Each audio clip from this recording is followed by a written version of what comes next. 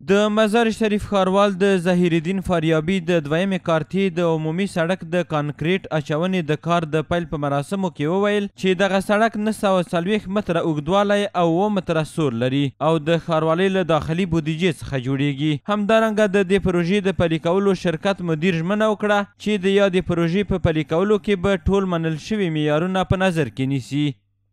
به طول 940 متر و عرض آن 7 متر به ارائه مبلغ 11 میلیون و 422,368 افغانی صورت گرفته.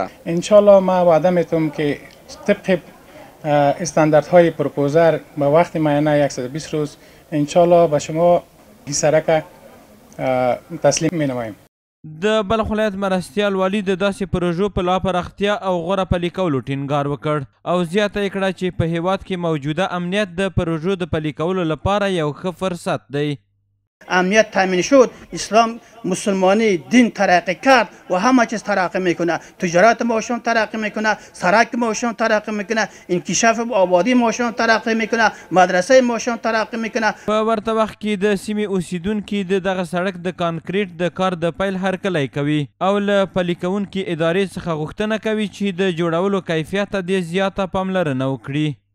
مشکلات زمستان خیلی زیاد بود، خیلی مردم گشت و گذار، خصوصا این سرک عمومی و همچنان سرک مکتب و مدرسه و این چیزا هست و با مشکلات روبرو بودیم، مواجه بودیم که انشالله که یک اقدام خوبی شده از طرف امارت و بزرگای امارت.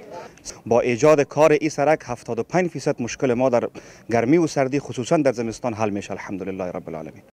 دا په داسې حال کې ده چې څه موده وړاندې د مزار شریف ښاروالۍ د دغه ښار په بېلابېلو سیمو کې د 250 میلیونه افغانیو په لګښت د 10 پراختیایي پروژو د پلي کېدو خبر ورکړی و چې دغه پروژه هم پکې شامله ده او ټاکل شوې چې په 4 میاشتو کې به یې کاري چارې بشپړې شي.